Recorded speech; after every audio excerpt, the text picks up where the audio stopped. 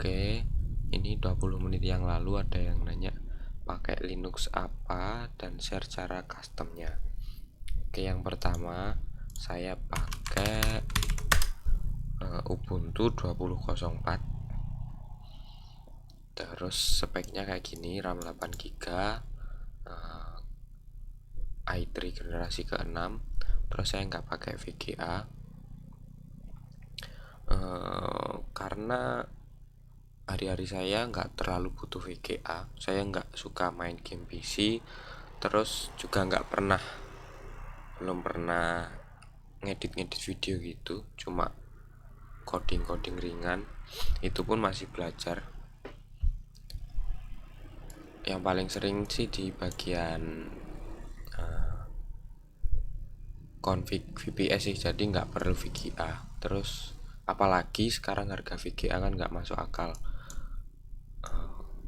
Tadi yang ditanyain dan share cara customnya. Ini saya pakai DE Gnome versi 3.3.369. Dulu sebelumnya saya pakainya XFCE, tapi waktu itu seingat saya ada trouble di bagian kernelnya, terus saya fix nggak bisa, saya tanya-tanya di grup nggak ada solusi. Akhirnya saya install ulang, terus saya pakai DE Gnome ini. Memang Gnome ini terkenal berat. Memori RAM-nya saat idle itu berat banget, nggak kayak environment yang lain kayak XFCE itu terkenal paling ringan kan. Tapi di bagian customisasi menurut saya Gnome ini unggul. Terus share cara customnya. Yang pertama teman-teman harus install TweakTool kayak gini. Cari aja di Google, butuh install TweakTool on Ubuntu. Terserah teman-teman mau pakai yang versi berapa, 18.04 atau 20.04, kayaknya hampir sama. Yang penting DE nya Gnome juga. Terus setelah install teman-teman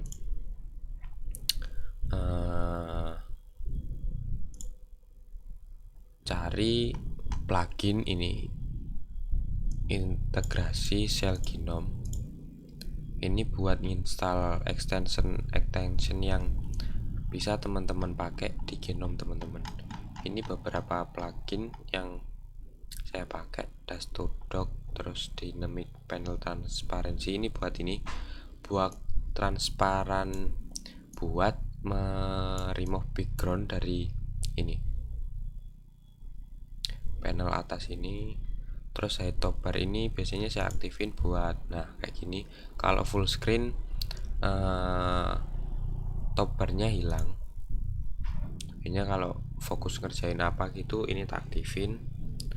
Terus net speed ini buat nampilin speed internetnya teman-teman. Ini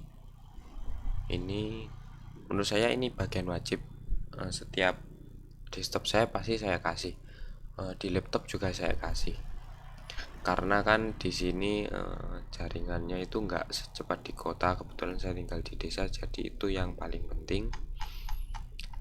Terus custom yang banyak ini sih, Dash2Dock ini. Bentar saya buka TweakTool-nya ini.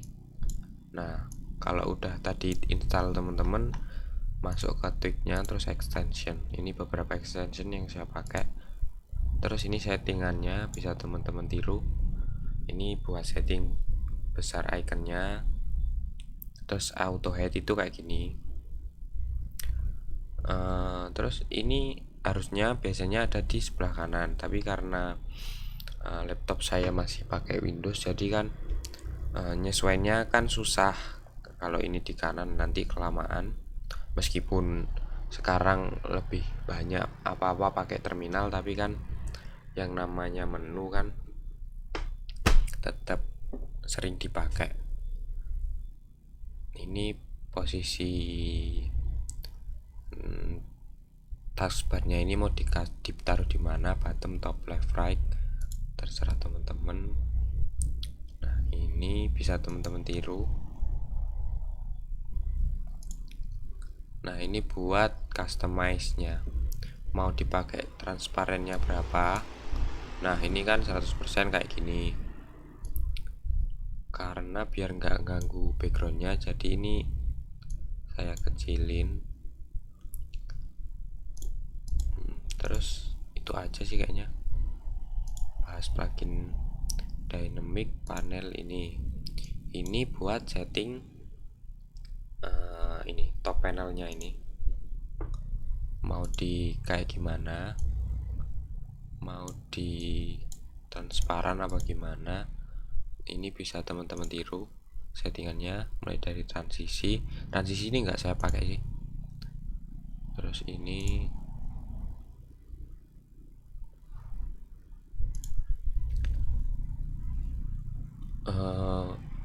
gini teman-teman, kalau misal teman-teman setting terus belum ada perubahan, ini bisa di on off akan kayak gini.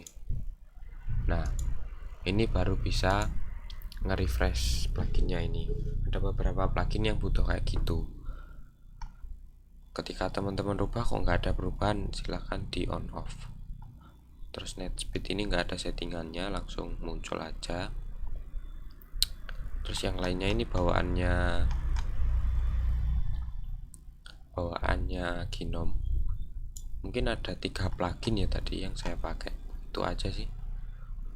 Kalau teman-teman cari yang enak di mata, Pak, silahkan pakai Gnome. Tapi kalau teman-teman cari yang ringan, bisa pakai XFCE. Nggak harus Ubuntu, ada banyak turunannya kayak Mint itu kan dikhususkan buat desktop. Teman-teman bisa pakai Linux Mint. Terus ada Ubuntu, Lubuntu, itu turunannya yang kayaknya lebih ringan. Kenapa kok saya installnya nggak Linux Mint dan teman-temannya? Kemarin itu kebetulan saya cuma punya ISO nya Ubuntu ini, jadi ya saya pakai aja daripada harus download ulang, ukurannya bergiga-giga kan lama. Oke, itu aja sih, semoga bisa menjawab Mas Novan Ilham. Mungkin di lain video saya bahas tentang instalasi sama settingnya.